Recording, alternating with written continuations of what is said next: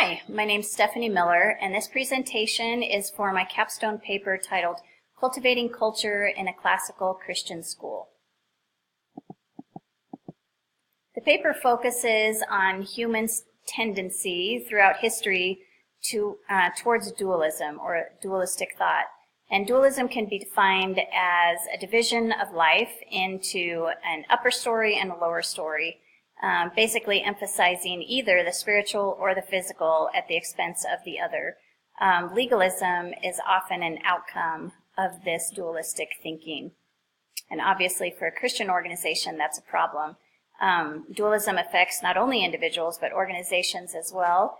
And this paper focuses specifically on classical Christian schools and how they can avoid dualism in their practices. While schools may pedagogically consider how to integrate their beliefs and with their curriculum, I would argue that perhaps the processes that we use as organizations, organizational best practices, are not always filtered through that same framework and with the same intensity. So I suggest that practices be filtered through a gospel-centered framework, looking at creation, fall, and redemption as the meta-narrative of the entire Bible. So it can help us approach our processes and our enacted values from a holistic perspective. The methodology that I'll be using in this paper is what Lundberg calls a messy, meandering affair coupled with a highly formal quest for certainty. And I liked that quote because it shows the kind of that dualistic pendulum swinging of two extremes.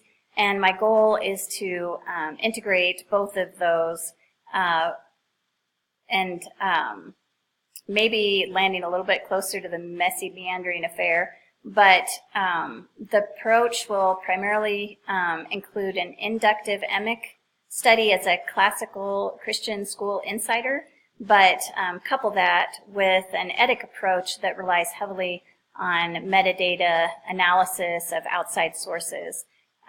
There's not a lot of research done on this specific topic, so I've looked at a diverse cross-section and then hopefully with discernment pulled together applicable pieces to apply to this area. Narrative is the primary reporting protocol.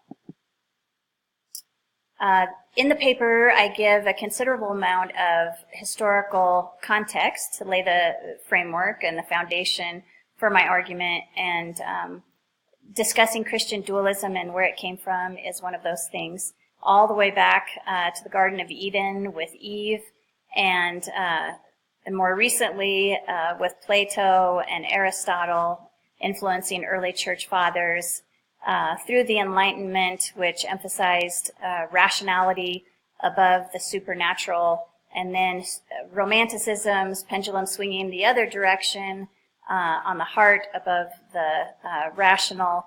And in the midst of that pendulum swinging, and modern man pretty much has landed in the purely physical, evangelicalism came to being in that milieu.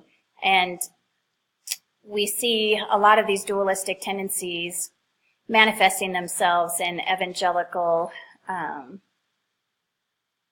beliefs and in their the way they live out their faith individually and organizationally.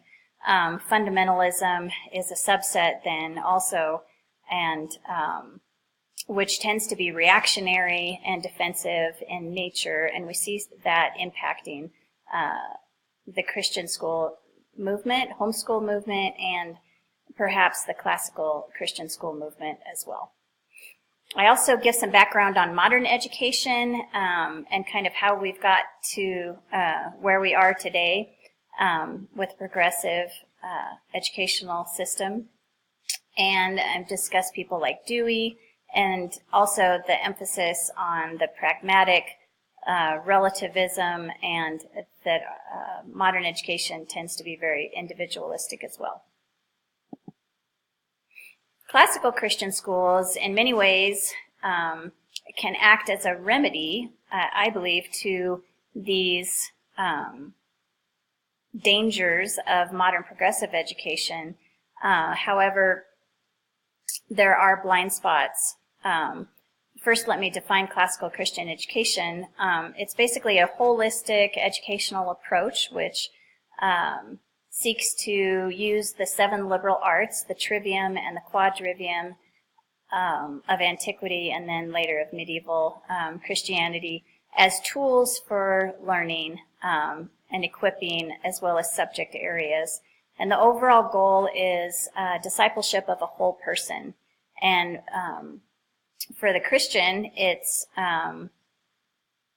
to create virtuous, committed citizens, heavenly citizens. And for the ancients, it was about a virtuous earthly citizenry as well. So, as I said, I think classical Christian education can offer a remedy because of its tendency to integrate knowledge and integrate the subject areas. Also, relying heavily on those who've come before us and building on the shoulder of giants, whereas modern progressive education tends to negate that.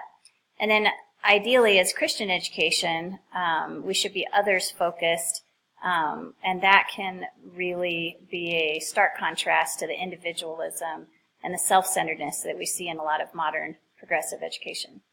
However, the blind spots that are potential dangers for classical Christian education would be dualism reflected in an emphasis on worldview study. Again, worldview study is a good thing, but when it is seen as a way to build knowledge to fight the isms of our day, or becomes a hammer in which every person who disagrees with us is seen as a nail, then worldview study can be a problem rather than a benefit. Also can lead to legalism in our processes and in our attitudes towards others, a defensiveness and a pride, and a tendency towards in-group and out-group thinking. So these are things that we need to try to avoid and work towards integrating our Christian faith fully into the school, beyond curriculum, into organizational processes. The first place to start is assessment, and it would be important that individuals personally assess themselves to see whether or not they are aligning their own espoused values with their enacted values. Then organizationally assessing as well, and it's difficult to assess something that's heart, mind, body, soul, and so I think an objective numbers-based measurement is difficult. However, getting alternative outside perspectives, and there are some surveys and things that are listed in the paper that can help guide that process for organizational assessment. But ultimately, I think as Christians, we want to look at our organizations from a creation, fall, redemption framework, and just have regular checkups to see that our processes are in fact aligning with what we say we believe. One tool that I created to help facilitate this is using Gallup's 5 drivers of organizational culture. And those 5 drivers are values, leadership, human capital, and work team structure, as well as employee performance. And then I created subsets of those 5 drivers to just kind of give some practical examples of things that we could filter through that creation, fall, redemption framework. With the creation side, we would ask the question, how was this process or document intended to be? In a perfect world, what does this look like? In the fall section, we ask the question, how has it gone wrong? what is the worst case scenario. And then in the restoration, redemption category, we can say, how as an organization can we try to get it back to what it was intended to be, or what the best case scenario should be. And again, some of those things could be filtered through our own mission and vision statements, which again, hopefully as a Christian organization, align with biblical values. I use Micah 6:8 as a suggestion for a verse that could help guide in establishing biblical values, but obviously there are others as well.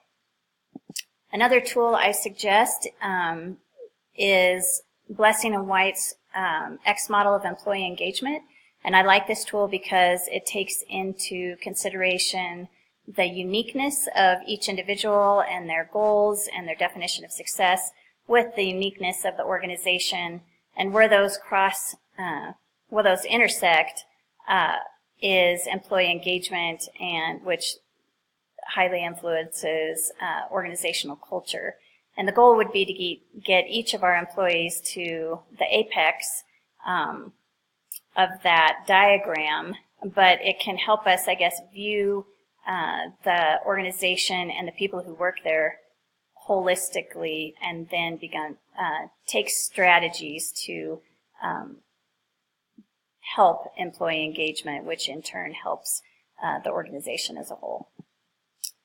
Another tool that I mention is future search meetings, and again, just as a practical example of something that can be applied for change management purposes, I like it because it takes into account, again, the uniqueness that each individual stakeholder may bring to the table, the strengths and the different diverse perspectives.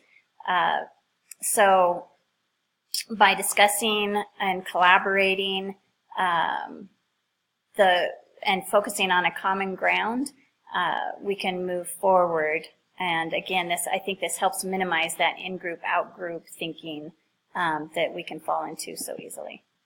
Another tool that I offer in the paper is just a change management tool, which kind of integrates Lewin's, Kotter's, and Gallup's information into basically a chart that can just help us, again, if our organizational culture is not where we want it to be, but we would like to make some changes, how we can step by step move towards change, and then also continue to evaluate it to make sure that we're not drifting back into dualism or other unhealthy thinking. So in conclusion, I see this project a lot like Peter's, Paul's call to Peter in Galatians 2:11 through 14 to avoid dualism and hypocrisy. Paul asked the Galatians, "Are you so foolish? Having begun by the Spirit, are you now being perfected by the flesh? For freedom, Christ has set us free. Stand firm, therefore, and do not submit again to a yoke of slavery." So I think that's a good reminder to all of us, and perhaps this research can serve as a reminder to classical Christian educators that legalism is a snare even for the most faithful among us.